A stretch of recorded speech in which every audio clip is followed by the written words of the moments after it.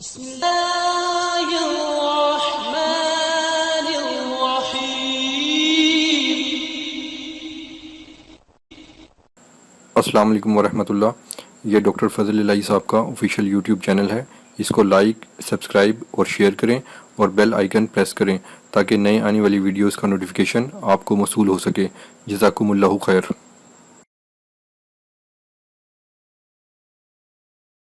الحمد للہ وکفی علی عبادہ الذین اصطفی. دین کی ایک بنیاد یہ ہے کہ ہر امتی اس بات کا پابند ہے کہ اپنی رائے، اپنی سمجھ اسے نبی کریم صلی اللہ علیہ وسلم کے مقابلے میں کچھ بھی نہ سمجھ. اس کا گمان کتنا بڑا ہو، اس کی نیت کتنی بلند و بالا ہو، اس کا ارادہ اس کے خیال میں کیسا ہی شاندار اور عمدہ ہو، جہاں کہیں اس کا ارادہ نبی کریم صلی اللہ علیہ وسلم کے ارشاد اور ان کے عمل سے ٹکرائے، اپنے ارادے سے دستبردار ہو جائے. میری آپ کی بات نہیں، کسی عالم محدث فقیہ کی بات نہیں. آئیے ان کا ایک واقعہ صحیح ثابت شدہ امام بخاری رحمہ اللہ کا روایت کردہ سماعت فرمائیے کہ جن ایسا پوری امت میں جناب صدیق رضی اللہ عنہ کے بعد کوئی نہیں، جو وہ ہیں کہ نبی کریم صلی اللہ علیہ وسلم نے خبر دی جس گلی میں عمر چلیں شیطان وہ گلی چھوڑ کے دوسری جگہ چل جائے. جو وہ ہیں کہ ان کی تجویز پر ایک سے زیادہ دفعہ قرآن کریم کی آیات نازل ہوئی. وہ ہیں کتنی ہی مرتبہ نام لے کے اللہ کے نبی صلی اللہ علیہ وسلم نے انہیں جنت کی بشارت دی.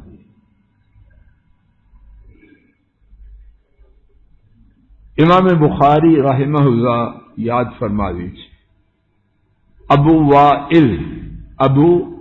وائل ان سے روایت کرتے ہیں، بیت اللہ میں مسجد حرام میں بیٹھے ہیں. اللہ ہمیں بھی جانا نصیب ہے، ان رکاوٹوں کو دور فرمائے اور جانا آسان کرے. عبداللہ جی تھوڑا سا پیچھے ہو جو بیٹا، میں دیکھنا چاہتا ہوں آپ کو. ابو وائل بیان کرتے ہیں، میں مسجد حرام میں شیبہ ان کے ساتھ بیٹھا تھا. یہ شیبہ بن عثمان العبدری رضی اللہ عنہ ہے. قدیم زمانے سے بیت اللہ کے چابی بردار ہے، نگہبان ہے. اسی خاندان کے یہ فرزند ہے اور آج بھی اسی خاندان میں اللہ کے فضل و کرم سے بیت اللہ کی چابی. انہوں نے ابو وائل سے بیان کیا کہ جس طرح آپ میرے ساتھ بیٹھے ہو اسی طرح میں عمر فاروق رضی اللہ تعالی عنہ کے پاس بیٹھا تھا. انہوں نے فرمایا، لا ادع صفراء ولا بیضاء الا قسمتها بین المسلمین. جو سونا اور چاندی ہے میں وہ سارے کا سارا مسلمانوں میں تقسیم کر دوں. کیا مطلب؟ حافظ ابن جوزی رحمہ اللہ لکھتے ہیں قدیم زمانے سے لوگ بیت اللہ میں تحفے تحائف لے کے آتے. قدیم زمانے سے لوگ بیت اللہ میں اس کی تعظیم کے لیے تحائف لے کے آتے تو وہاں جمع ہوتے رہتے. عمر فاروق رضی اللہ عنہ نے فرمایا کہ میں وہ سارے تحفے ان کے فرمان کی یہ تشریح ہے نکالوں گا اور مسلمانوں میں تقسیم کر دوں گا. شیبہ نے ان سے عرض کیا ما انت بفاعل، آپ یہ نہیں کرنے والے. فاروق ان کے روبرو کوئی اس طرح بات کرے تو توقع نہ تھی، اور عام زندگی میں ان کے روبرو کوئی بولنے کی جرات کم ہی کرتا، تو جب امیر المومنین بن گئے تو پھر کب کرے. حیرانگی کی بات تھی کہ ان کے سامنے یہ کہا جائے. انہوں نے شیبہ سے فرمایا لما،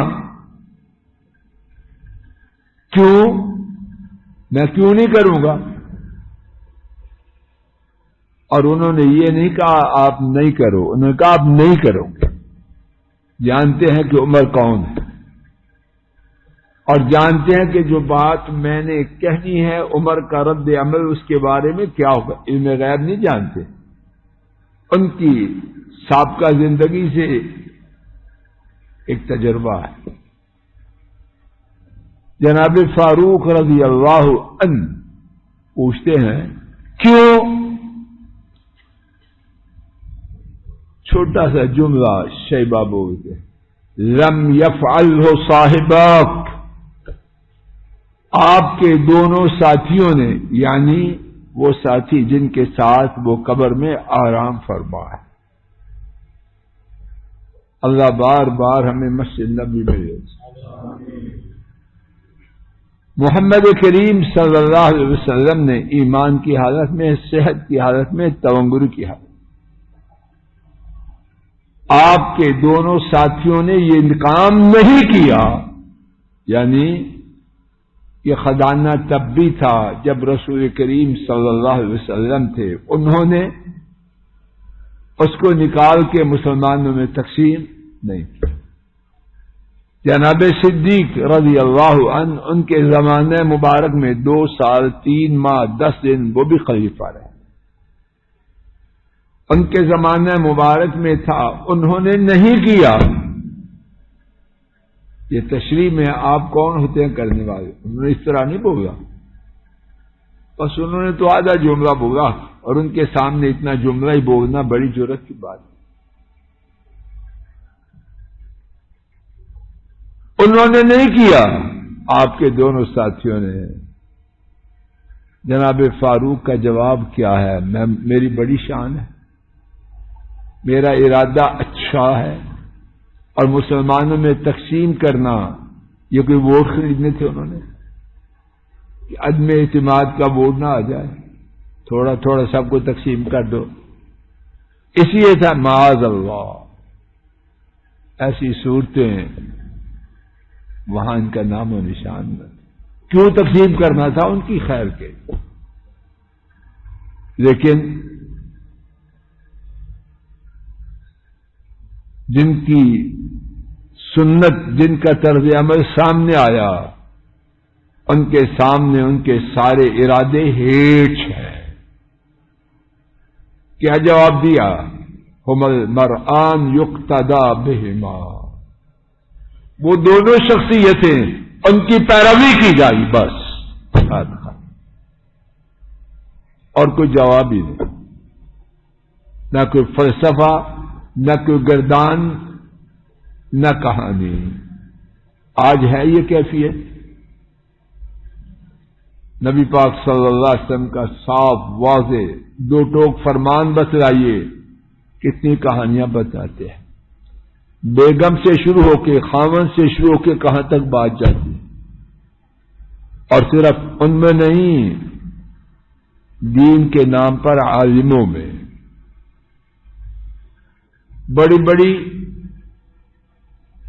بڑا کچھ والوں میں.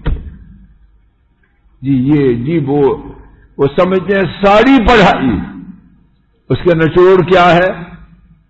اپنی بات کو ثابت کرنا اور قرآن و سنت کی بات کو چھوڑنے کے لیے کوئی گنجائش نکالنا۔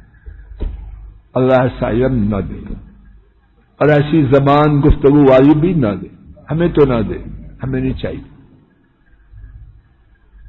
نہ ایسا علم دے، نہ ایسا کچھ بھی نہ دے، ایسا اس میں کوئی خیر نہیں۔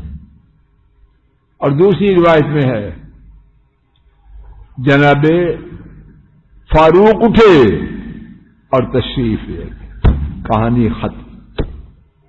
حضرات، رب ذو جلال گواہ ہے، اگر میں آپ دنیا و آخرت میں کامیاب ہونا چاہتے ہیں فاروق کے طریقے پر آ کہ جو جناب مصطفیٰ صلوات ربی وسلام علیہ سے ثابت ہے، بس ہمارے لیے کافی۔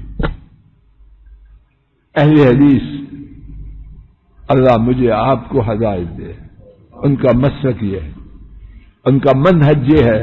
غلطیاں ہیں لیکن منہج میں، مسلک میں، عقیدے میں غلطی نہیں، عمل میں، اور بہت اللہ وہ دور کر، اس کی کوئی گارنٹی نہیں، نہ کہنے والے کی نہ کسی۔ عمل میں غلطیاں ہیں اللہ وہ بھی دور کر دے، لیکن عقیدہ صاف ستھرا